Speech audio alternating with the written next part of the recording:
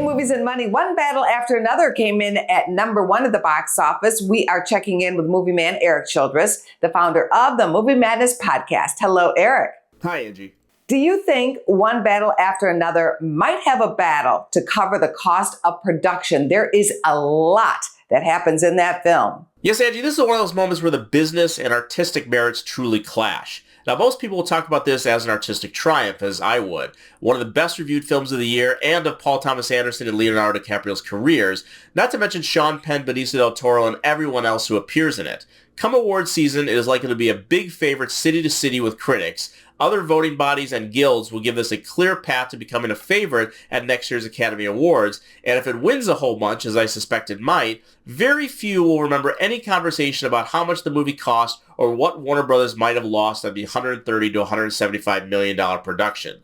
For the time being, though, those thoughts may creep into the narrative after a $22 million opening last weekend, but Warner Brothers should still focus on the positive of even that. They had just finished a run of 7 $40 million plus premiere openings in a row. They have now extended a 20 million streak to 8, which has only happened 4 other times in history, including once by Warner Brothers in 2023 when they had 9 films in a row open to at least that. Fox also did it 8 times in 2014, Paramount had 13 in a row through 2023-24, and Disney did it a record 18 times in a row from 2017 to 19. Warner Brothers should be proud of this release and of this current run, because one battle after another is going to be talked about for a long time. This could be a showstopper weekend at the box office with Taylor Swift as her official Party of a Showgirl drops on the big screens around the nation, showcasing her new album. And there's an Oscar hopeful. The Smashing Machine debuts.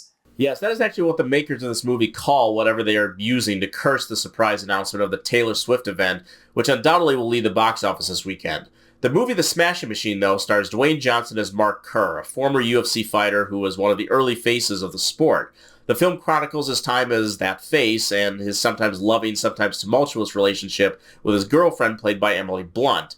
You can almost tell we are in basic biopic territory here, but the question the film never answers is why this story was interesting enough to be made in the first place. Director Benny Safdie never figures out what story he is trying to tell, leaving his actors to wander around doing virtually the same thing in every scene, as we are more of a fly on the wall rather than understanding, appreciating, or empathizing with his protagonist. Kerr himself is just not interesting a figure, and the film has no conceivable arc that takes us from the beginning of the film to the end, other than Johnson eventually shedding the fake hair and goes from the supposed transformation into Mark Kerr back into just Dwayne Johnson at the end. Sorry, but not a believer in this film or its award chances. Let's get to your recommendations of the week. The Lost Bus. Here's a clip of that film. It's another dry and windy day in paradise. Thanks to all drivers. There's a situation developing at Ponderosa Elementary. There are 23 kids who are stranded. Is there anybody in the area that can pick them up? Is there anybody that can go and pick these kids up? The Lost Bus is a true story, and I regret missing it when it was in limited theater release. Well, those who have Apple TV Plus will be able to see one of the most harrowing and thrilling films of the year. Paul Greengrass's The Lost Bus recounts the horrible story of how the community of Paradise were the victim of one of the worst wildfires in U.S. history. Matthew McConaughey plays a school bus driver who gets tasked with picking up a group of children and their teacher, played by America Ferrera, before the fires reach them, and ends up getting trapped within the traffic and the expanding burn.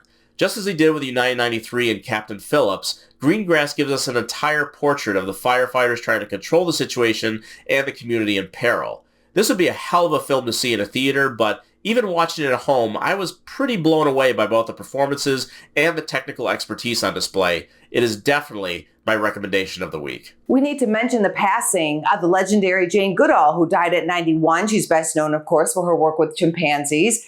Her work can be found in documentaries, including Jane and Jane Goodall, Reasons for Hope. Thank you, Erik. Thank you, Angie.